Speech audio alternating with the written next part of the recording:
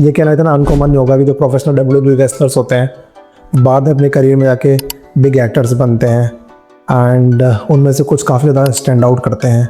And particularly जो acting के जो करने की तरीका होता है वो मेथड काफ़ी ज़्यादा हार्ड होता है, बट जिस तरीके से WWE एंटरटेनमेंट के अंदर स्क्रिप्टेड चीज़ें होती है एंड थिएट्रिकल होती है, तो इन लोगों के लिए थोड़ा सा सक्सीड कर पाना आसान होता है। इसलिए हमें काफ़ी सारे एथलीट देखने को मिलते हैं जो कि बहुत बड़े परफॉर्मर बने हैं हॉलीवुड के अंदर। So here we have the 9 top wrestler जिन्होंने अपना करियर रेसलिंग के बाद में एक्टिंग के थ्रू यहाँ पे हॉलीवुड में बनाया है। बट ऑफ कोर्स एक बात है जो नोट करने लायक है कि सारे प्रोफेशनल इस तरह गुड एक्टर नहीं होते हैं। आपको देखने को मिलता है कि एक फेक इंजरी को यहाँ पे क्राई करना एंड एक्टिंग के अंदर वहाँ पे एक डिमांड पे क्राई करना एंड सस्पेंस बिल्ड करना दोनों अलग बातें होती हैं। बट बेस्ट एक्टिंग की जो शुरुआत होती है वो एक्चुअली उनकी रिंग से ही होती है। एंड हमारे जो लिस्ट में जो लास्ट में टॉप 3 आएंगे ना, वो कोई भी अभी गैस नहीं करेगा एंड कमेंट बॉक्स में नहीं बताएगा। 9th नंबर पे आते हैं क्रिस जेरिको। लिटरली काफ़ी कम लोगों को पता होगा कि रेसलर के साथ में ये एक्टर भी है, साथ में म्यूजिशियन भी है। इस बंदे ने वर्ल्ड रेसलिंग के अंदर काफ़ी सारे वर्ल्ड टाइटल जीते हैं, चाहे वो WWE हो या WCW हो। एंड उन्होंने अपना स्टेज करियर की शुरुआत 2006 में कर दी थी। उसके बाद फिल्मों के अंदर काम किया है, जिसमें एक तो नाम आता है किलरॉय वाज हियर, एंड सेकेंड है हमारा जे and silent Bob reboot. And जो मोस्ट मेमोरेबल रोल है इनका वो है फ्रैंक क्रोवर का इन मैकग्रूबर, जो कि काफ़ी ज़्यादा लोगों को पसंद आया था। 8th नंबर पे आते हैं Roman Reigns and he became the biggest star in WWE 2020 के आसपास की बात कर रहा हूँ मैं, जब उनका एक 4 साल का एपिक रन चला था as a world champion. Literally उस समय बंदे ने अपनी एक्टिंग स्किल्स में काफ़ी ज़्यादा काम किया था। स्टिल वो काफ़ी ज़्यादा न्यू थे, बट उनका जो एक मेटेओ का रोल देखने को मिला था Fast and Furious Hobbs and Shaw के अंदर, एंड उस समय उसका एक जो स्पेशल मूव है वो भी उस एक्शन लाइव सीक्वेंस में देखने को मिला था। एंड ये अकेला रोल नहीं है, इसके अलावा और भी रोल हैं जहाँ पर देखने को मिले थे। पर्टिकुलर उन्होंने डबिंग भी की थी। उसका नाम है व्रॉन्ग मिसी, एंड प्राइम वीडियोज़ के अंदर द पिकअप में भी उसका रोल था। एंड अपकमिंग जो मूवी आ रही ना स्ट्रीट फाइटर, उसके अंदर अकूमा का भी रोल करने वाले हैं। एंड पर्टिकुलर आपको याद होगा विद्यु जामवाल का भी इस स्ट्रीट फाइटर फिल्म के अंदर रोल है। मज़ा आने वाला होगा। एक तरफ से हमारे स्टंटमैन, दूसरी तरफ हमारे हैं द शील्ड के leader OG bloodline OTC1। Now 7th number पे आते हैं हमारे ऐसे रेसलर जिन्होंने WWE की नींव रखी थी। He was one of the Pioneer of the WWE। मैं बात कर रहा हूँ यहाँ पे हल्क होगन की, जो कि अभी कुछ समय पहले ही उनकी देहांत हो गया था। And particularly this man WWE wrestling के अलावा इन्होंने एक्टिंग के तौर पे भी अपना सिक्का जमाया है। इनका एक फेमस कैट फ्रेज़ है वाचा, ऐसा होता है whatcha gonna do brother, as a Santa के तौर पर डॉल पे। एंड पर्टिकुलरली इन्होंने यहाँ पे एक पोर्ट्रेल किया था सेल्फ मेड बिलियनर का सेंटा लाइक मसल के साथ में ही 1996 में। एंड उसके बाद में और भी रिमार्केबल रोल है, मैं नाम पढ़ के बता देता हूँ। एंड उन्होंने करियर की शुरुआत 1982 से कर दी थी एज ए एक्टर के तौर पे। एंड रॉकी 3 के अंदर ये एंटागोनिस्ट थे थंडर क्लिप के नाम पे। एंड इसके अलावा इन्होंने यहाँ पे mister Naini and suburban commando में रोल किया था। एंड लिटरली हम सभी इनको याद करते हैं, एंड WWE काफ़ी बड़ा लॉस्ट है। नाउ 6th नंबर पे एक ऐसा एक्टर आता है जो कि अपने आप में WWE के अंदर ग्रेटेस्ट ऑफ ऑल टाइम है। मैं बात कर रहा हूँ स्टोन कोल्ड स्टीव ऑस्टिन की। लिटरली बंदा WWE के अंदर अलग ही बिल्कुल रिवेलियस पर्सोना लेके आया था, एंड उसकी आंधी से पूरे WWE इंटरटेनमेंट हिला दिया था। एंड अर्ली इंजरी के कारण उनको रिटायरमेंट लेना पड़ा। उसके बाद इन्होंने एक्टिंग में अपना सिक्का जमाया है। इनकी मेनली प्रेजेंस ज़्यादातर टीवी शोज़ एंड वहाँ पे पॉडकास्ट के अंदर होस्ट के तौर पे देखने को मिली थी।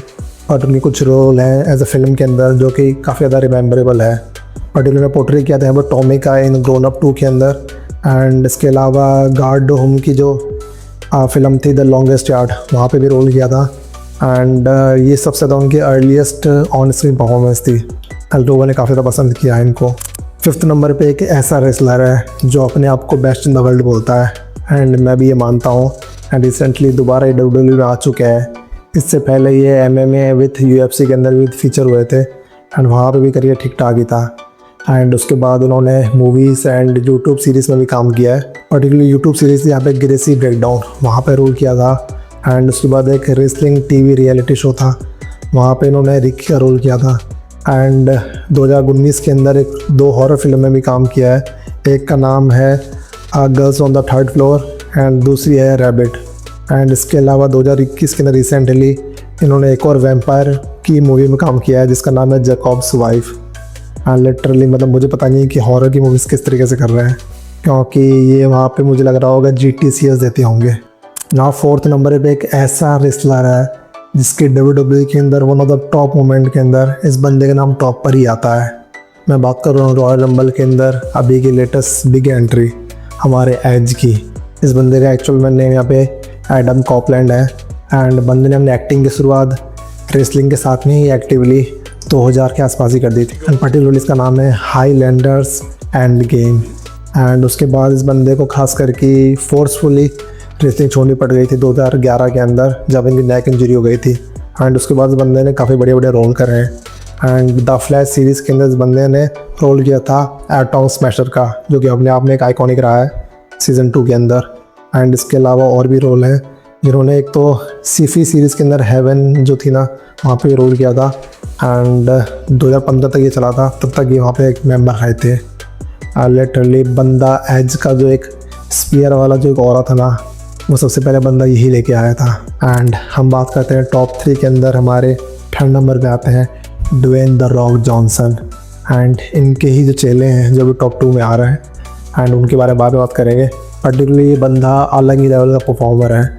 एंड आप इजीली बोल सकते हो he was one of the greatest WWE wrestler, जो कि एक्टर के अंदर सक्सेसफुली टर्न आउट हो चुके हैं। इवन कि ये WWE में वापस आ चुके हैं एंड दोनों ही करियर को बैलेंस करके चलते हैं। एंड एक टाइम में ये बंदा हाईएस्ट पेड एक्टर था हॉलीवुड के अंदर। एंड फेमस रोल देखें तो मौई का रोल था मोआना के अंदर एंड मोआना 2 में भी। एंड जुमानजी फ्रेंचाइज का बंदा लीडर है। एंड वहाँ पर फास्ट एंड फ्यूरियस में कई बार अपीयरेंस देखने को मिली है, खास करके वो रोमन के साथ वाली है ना ऑप्शन शो के अंदर। एंड उसके बाद आपको बहुत सारे नोटेबल कैरेक्टर, यार कितने नाम बोलो उतने कम है यार। उनमें खासियत कुछ होती है कि ड्रामा होगा एक तो फिक्स है, एंड थोड़ी बहुत कॉमेडी की स्पार्कलिंग भी होगी, एंड एक्शन तो होगा यार। इतनी बड़ी डोले शोले लेके बैठे तो एक्शन नहीं करेगा क्या। नाउ 2nd नंबर पे एक ऐसा रेसलर है, इस बंदे को गोट ऑफ WWE बोलते हैं। And literally he is now just doing his one last time. मैं बात कर रहा हूँ जॉन सीना का।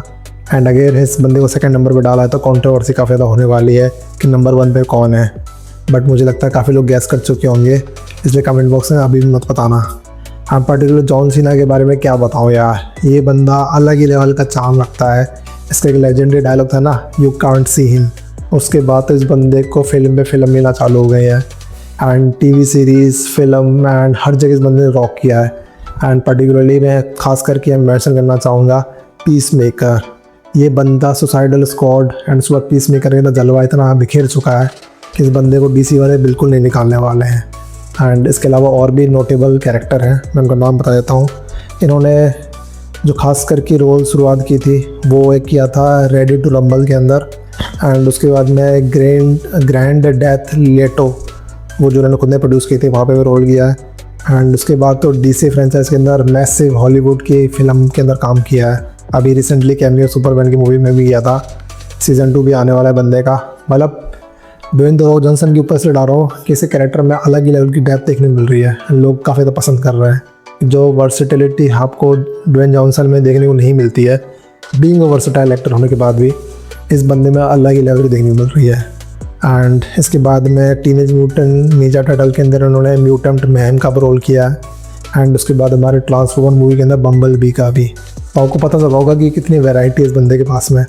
एंड एक्टिंग के साथ में WWE के अंदर भी बंदे का जलवा है। तो मुझे डर लग रहा है कि ऐसा नहीं कि यू कांट सी हिम करते करते WWE फैन से लिटरली वहाँ पे उसको सी करना बंद कर दे एंड WWE से ये बंदा निकल के हॉलीवुड का बहुत बड़ा सुपरस्टार बन जाए, जो कि ड्वेन जॉनसन की जो बाउंड्रीज है उसको भी और निकल जाए। नाउ 1st नंबर पे एक ऐसा रेसलर है जिसका WWE कैंपेन काफ़ी स्मॉल चला था बट बहुत भयंकर धमाकेदार था। एंड उसके बाद उस बंदे का जो पीसफुली रिटायरमेंट लेने के बाद में एक जो हॉलीवुड का करियर था वो तो और ही तबाही है। मैं बात कर रहा हूँ 6 times world champion Dave Bautista की। लिटरली ये बंदा सिर्फ कॉमेडी एंड पैरोडीज़ नहीं करता है, क्योंकि प्रोफेशनल रेसलर्स को काफ़ी ज़्यादा वो शूट करता है, बट ये बंदा एक सीरियस एक्टर भी है, इसने प्रूव किया है। आई लिटरली काफ़ी सपोर्ट थोड़ा यहाँ पे ड्वेन जॉनसन से मिला है, बट इस बंदे की परफॉर्मेंस ही प्रूव करती है। आपको नोटेबल कुछ रोल है वो बताना चाहता हूँ। पर्टिकुलरली फर्स्ट जो गेस्ट अपीयरेंस थी वो यहाँ पे एलियन एल्डर की थी स्मॉलविल के अंदर, एंड इसके बाद में इस बंदे ने the man with iron fist में भी काम किया है। एंड उसके बाद में जो मोस्ट मेमोरेबल कैरेक्टर है वो है यहाँ पे जेम्स गन की Guardian of the Galaxy Drax का रोल। लिटरली जेम्स गन को अगर नहीं जाता ही बंदा तो पता नहीं ये एक ही रोल के अंदर फंस जाता, बट आपको इसके और भी अलग अलग रूप देखने को मिले हैं।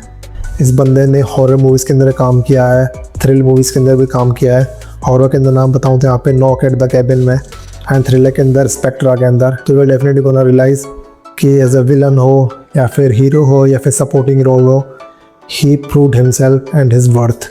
एंड WWE का करियर बहुत शॉर्ट स्पाम होने के बाद भी इस बंदे की जो एक मार्केटिंग है वो इस बंदे की एक्टिंग के दम पर थी।